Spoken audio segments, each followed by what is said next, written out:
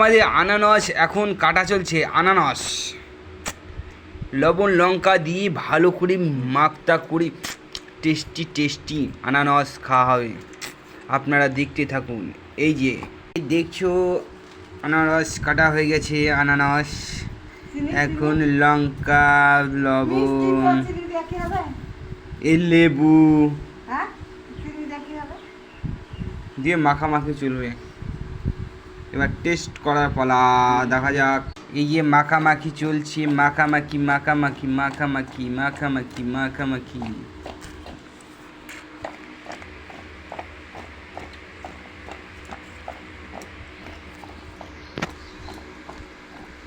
Test করে দেখবো।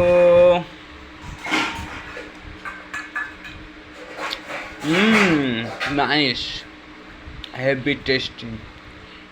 আর একটা